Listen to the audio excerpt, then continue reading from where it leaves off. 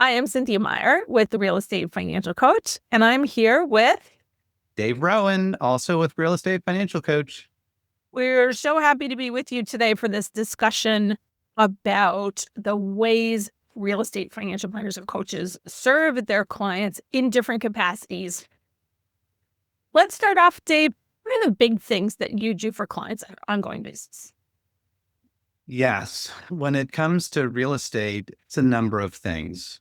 One is definitely helping clients identify and ultimately purchase good deals. However, the big caveat there is, as advisors, we're never giving that final thumbs up, thumbs down. Yes, you should buy this deal. In fact, we can give a thumbs down. We can say, I don't really think this is a great deal, but definitely the final buying decision should absolutely be your clients. Now, walking them through either a tool that we've built in terms of a spreadsheet to help them assess deals, or evaluating how they're looking at it in their spreadsheet, is absolutely a big value. I think the second big value is assessing the portfolio that clients have. I think that a natural inclination among clients is to look at current cash flow. And if that's good, then that's the end of the analysis. But another really important metric is looking at cost of capital and return on equity. A lot of my clients anyway, have a lot of embedded equity in properties that could be better leveraged either for additional properties or elsewhere in their portfolio, and helping them see that, I think, is a really big value.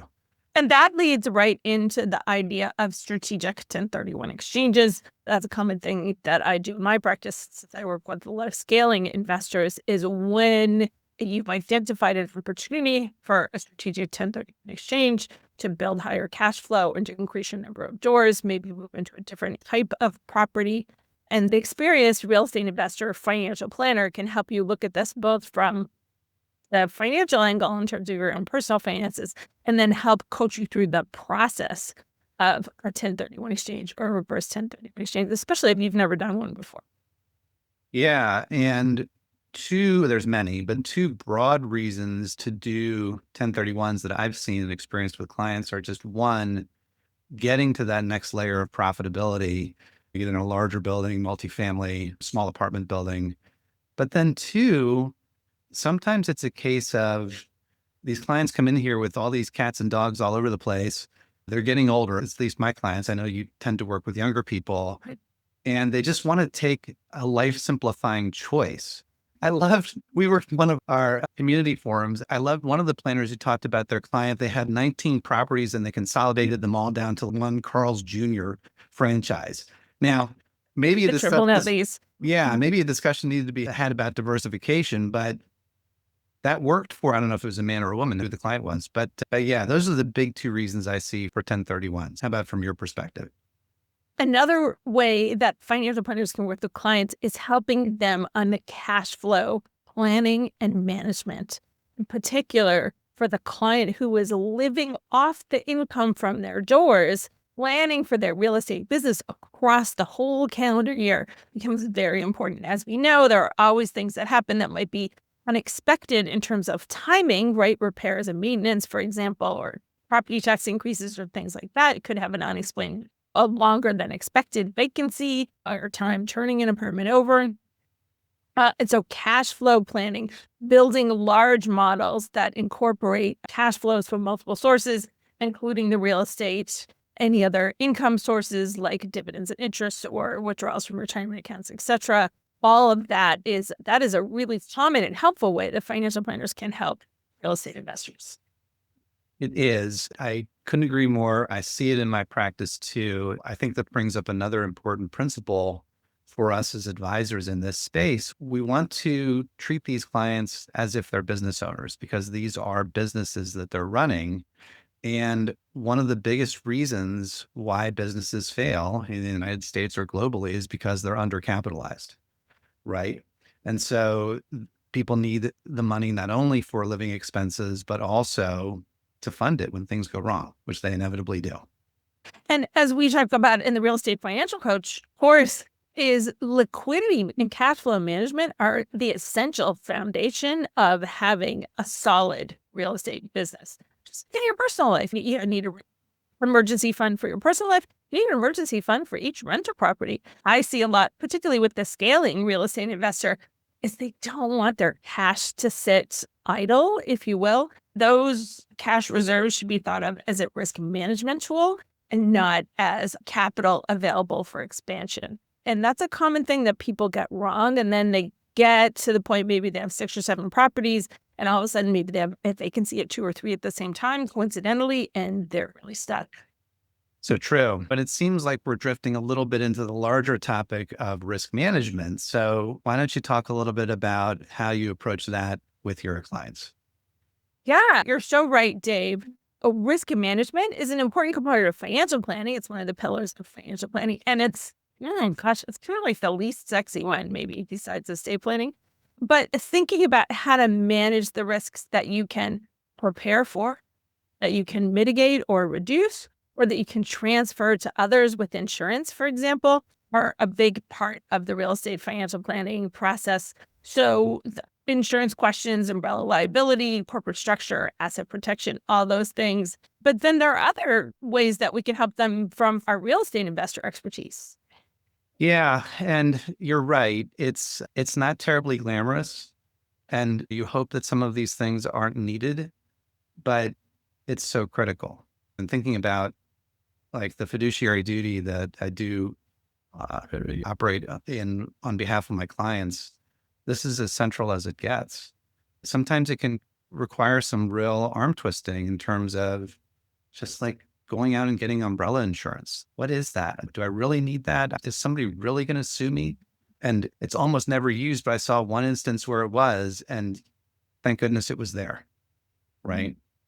Yeah. Or somebody talking through somebody's landlord policies as well as their homeowner's policies. Do the limits coordinate with their umbrella? Do they need earthquake or flood insurance, for example? That's where a second pair of eyes in an insurance review can be super helpful in it's real estate business. Yeah. One really, and it's interesting. I like to talk about it. So one area that I don't understand that I encounter with clients is like a lot of existing home and auto insurance providers won't quote on umbrella insurance if it's in an LLC. I've encountered that twice now, and I don't understand. Get an umbrella in an LLC. It has to be a separate corporate umbrella. Yeah, it's fascinating to me why they would make that choice. I don't understand that because it's almost there's an added layer of safety in there with the LLCs. I just don't understand the business choice. It's interesting. So much unusual things that financial planners do when working with real estate investors that they might not do with their other clients. Yeah, that's a really good question. I'm just going to start talking about things. Yeah. You can get into some really very exotic situations of tax deferral, for example, where you have these massive embedded gains in these illiquid assets.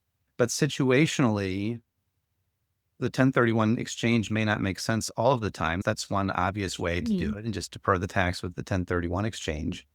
But certainly, sometimes clients are at a life stage, some of my older clients, where they don't want to take on more properties.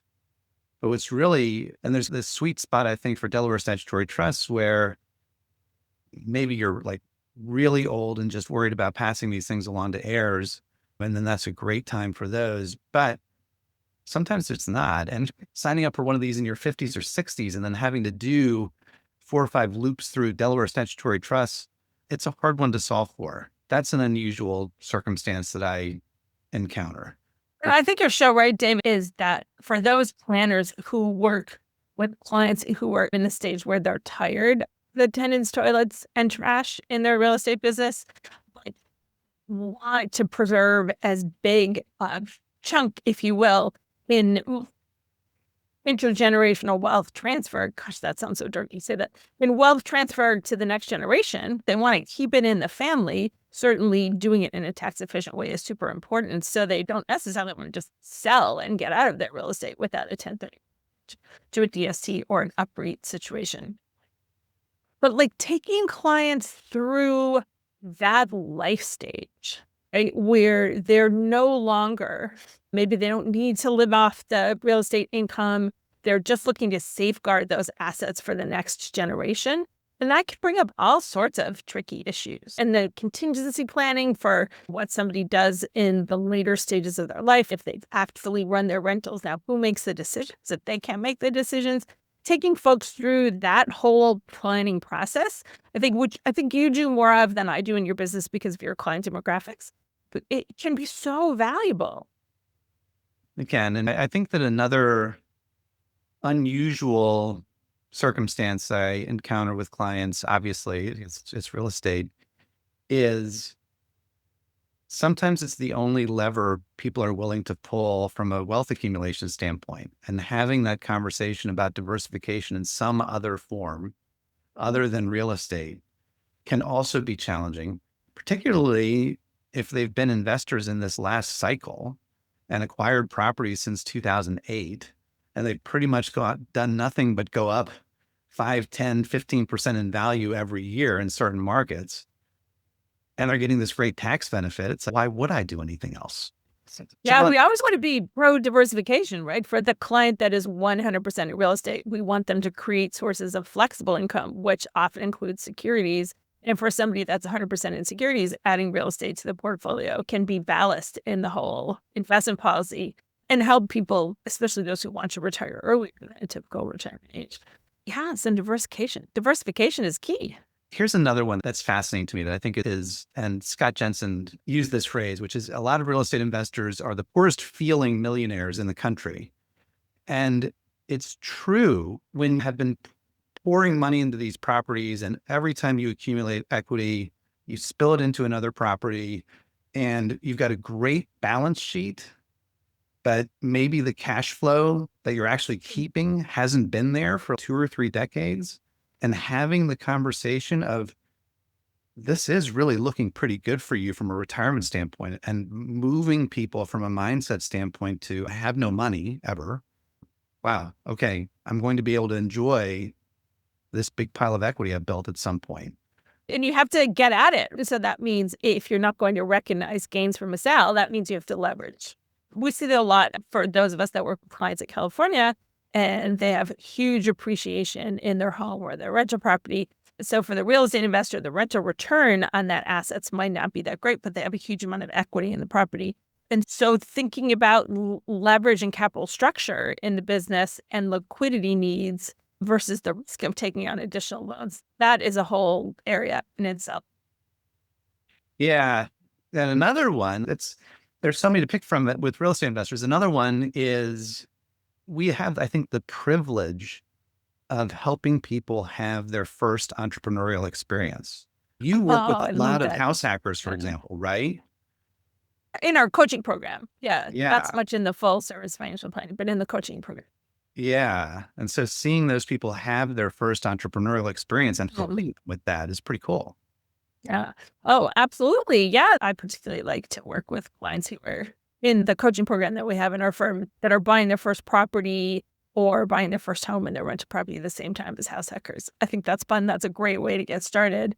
But I think that another area that financial planners who have some expertise in this area can help real estate investors is thinking through some of the tax optimization strategies that are available to people who work on an ongoing daily basis in their real estate business. That could be real estate professional status. That could be doing accelerated depreciation studies in conjunction with that, or with a short-term rental business where the hurdle is a little bit lower to meet that standard for taking passive losses against ordinary income. Again, a place that's not for everybody to coach on who's listening. That's probably more for a specialist, somebody that works mostly with real estate investors. But it's an interesting area of planning and something you would do in conjunction with the client's CPA. Yeah, it sure is. And such a sweet spot if you have a high earning spouse who's not in real estate, right? And can use professional real estate status to write off things, front load a lot of write-offs in years. It's a beautiful strategy when it's executed well. Exactly. And people with syndications and private REITs, helping them do their due diligence on whether or not they should invest in commercial real estate projects in a private partnership or in a syndication, as they're often called in real estate. There are some planners, one in our real estate study group, for example, whose whole specialty is helping people vet private deals for commercial real estate. And that's a great niche for him. There are, and it's a space that fascinates me. It fascinates me on a lot of levels. And one of them in particular is, again, if we look at the super cycle of real estate that we're in, which is the post 2008 world, and there's so many new syndicators who have only existed in that world of, again, pretty much guaranteed price appreciation and other things going on. And I think that we have to be very cognizant of that as we're talking to our clients in this space. I think that one of the simplest screening mechanisms to talk to clients about is, has this developer existed prior to 2008? If they have, that's a gold star. If they haven't, it's not a deal breaker, but just realize the environment that they've had the blessing of operating in for all that time, and they better be really great on all the other metrics that you're looking at. Let's go back to something that we were talking about in terms of the different things we get to do with real estate, or interesting things. So I think that, and you were just talking about investing in stocks, and one of them is when we're working with just, let's call it regular investor clients, it's like, it's on off in terms of we're going to invest in the stock market or we're not. And there's obviously nuances within that, diversification in there, large cap, small cap, sector plays, all of that. But with real estate, coaching people through the business model that they're going to adopt, whether it's as a buy and hold, if they're going to do extensive rehab, if they're going to be a flipper, that's a really fun and great discussion with people who are new. As we talk about it in the course, approaching the financial planning engagement like you are working with a real estate business owner. This is the perspective that we advocate in the real estate financial coach course. And as a philosophy among all of us who are involved, is that the financial planning engagement is more like working with the business owner than it is working with a passive investor, despite how things are treated on your tax return. If you think about it that way as a paradigm, the list is endless. It's a thing that you can help your clients with. It is, absolutely. Another one that we talk quite a bit about in the course is helping people develop their professional network as business owners. Yes. So everything from CPA to property manager to handyman to attorney. Qualified intermediary. Yeah. Having been a home inspector. Yeah. And that's a huge value that we can general contractor. We encourage the planners who participate in our program, we encourage them to develop their own professional networks and expand their real estate contacts. And then you, as a financial planner, should be encouraging your real estate investor clients to do the same thing, to build their local networks in any area in which they own. Yeah. Is there anything we've forgotten? Oh, probably. There's things, because obviously if you're a financial planner and you're working with a real estate investor client, there are all the normal things that you would do in a financial planning engagement with somebody that, maybe they were just an employee, they didn't own a business of any kind, but there are lots of things that you would do in that engagement, college planning and estate planning and all sorts of tax optimization things, tax planning, running a retirement projection on a regular basis. But if you do this, especially if you specialize in working with real estate investors, all of these things should be done from the perspective of, my client prefers to own property as an asset class, and I will be respectful of that. Yeah, that's absolutely the case. And I think that probably one we didn't touch on a whole lot because it's implied within some of these other things, whether you as a planner are a Right Capital user or an eMoney user, get to do all kinds of really cool stuff in that software when you're working with real estate investors. You can lay in 1031 exchanges, you can lay in cash out refinances, you can lay in buying additional properties in the future. You've run probably hundreds of these. When you see the math of doing this on a consistent basis for a couple of decades, it's pretty compelling, right? And of course, we say this as real estate investors with our spouses who also run financial planning firms that help real estate investors. So on that note, if you can think of another thing that you typically do with clients to help them with understand and maximize the value of their real estate investments, leave it in the comments below. Thanks, Dave. Thank you, Cynthia. Great talking to you as always.